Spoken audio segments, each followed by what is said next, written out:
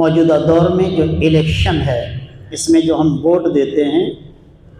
یہ بھی اس کی بھی حیثیت کم از کم گواہی کی ہے، اس کی بھی حیثیت کم از کم گواہی کی ہے کہ ہم اس بات کی گواہی دے رہے ہیں کہ یہ شخص اس بات کی اہلیت رکھتا ہے کہ یہ ملک اور قوم کی خدمت کرے گا، امانت میں خیانت نہیں کرے گا۔ ظاہر کے اعتبار کو دیکھ کر ہم اس کی گواہی دیتے ہیں کہ بظاہر یہ ظالم نہیں ہے، بظاہر یہ غاصب نہیں ہے، بظاہر قوم کی امانت میں خیانت کرنے والا نہیں ہے، اس بات کی گواہی دیتے ہیں۔ اگر وہ حقیقت میں ظالم ہے اور معلوم بھی ہے کہ وہ ظالم ہے تو پھر اس کے ظلم کو چھپانے کے مجرم ہم بھی ہیں کہ وہ قوم کی امانت میں خیانت کرنے والا ہے، قوم کے حقوق کی پاسداری کرنے والا نہیں ہے، قوم کے حقوق کو پامال کرنے والا ہے، اپنے مفادات کو عزیز رکھتا ہے، اور ہم اس کی گواہی دے رہے ہیں کہ نہیں یہ اہلیت رکھتا ہے،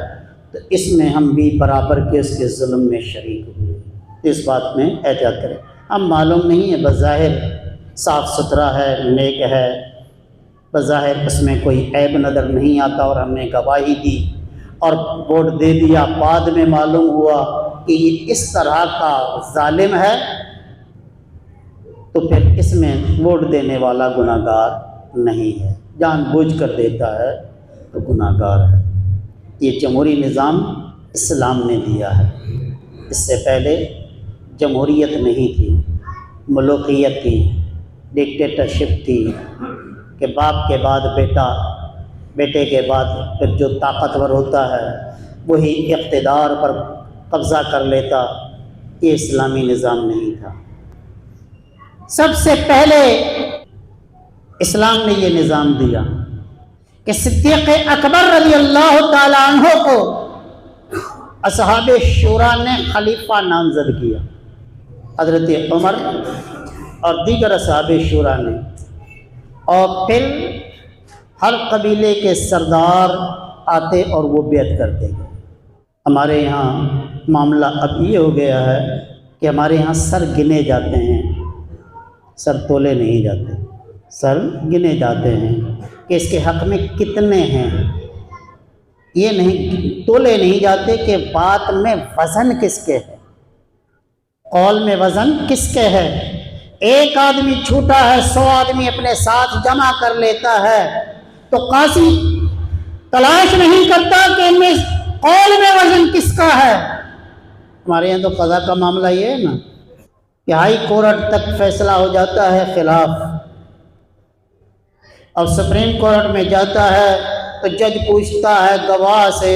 کہ بھائی تیرے سننے میں اور اس میں کتنا فاصلہ تھا؟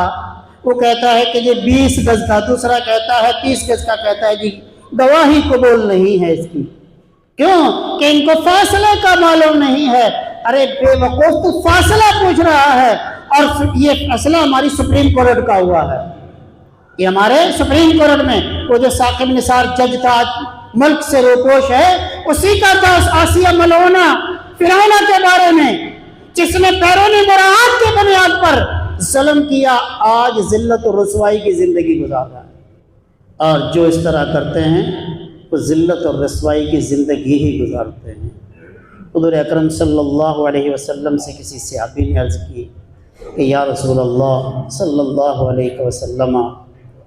مجھے فلاں جگہ کی عمارت دے دے، کوئی عہدہ دے دے۔ تو حضور علیہ السلام نے فرمایا کہ جس کو ہم دیتے ہیں اس کے ہم کفیل ہوتے ہیں، ذمہ دار ہوتے ہیں، اور جو مانگ کر لیتا ہے وہ خود اپنے کیے کا ذمہ دار ہوتا ہے، اس وقت قول کو پورا نہیں کر پاتا۔ ہم نے دیکھا ہے ہمارے یہاں اسی طرح ہے کہ ہر شخص آتا ہے کہ جی مجھے MNA بنا دو، مجھے MPA بنا دو، مجھے وزیر اعظم بنا دو، مجھے منسٹر بنا دو۔ پھر کیا ہوتا ہے کہ وہ اپنے معاملات کو پورا کر نہیں پاتا، اور ہماری ہمیشہ ایک ہی شکایت رہتی ہے کہ 5 سال تک اپنا منہ نہیں دکھاتے، اور اگر الیکشن کا ٹائم ہو تو ہمارا کتا بھی مر جائے تو اس کی تعزیت کے لیے آ جاتے ہیں، اور کامیاب ہونے کے بعد کتنے ہی آدمی مر جائیں پوچھنے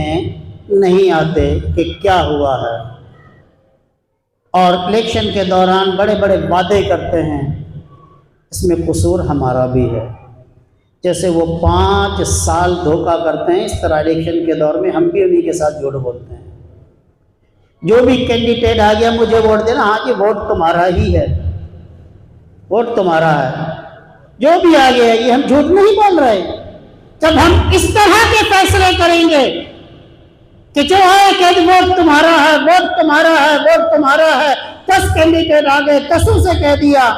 اور اندر جا کر ہم نے اپنی مرضی سے کاسٹ کیا تو ہم نے بھی تو دھوکہ دیا، کسی کو آسرا دیا، تو پھر اس کا نتیجہ 5 سال تک ہمیں بھگتنا پڑتا ہے۔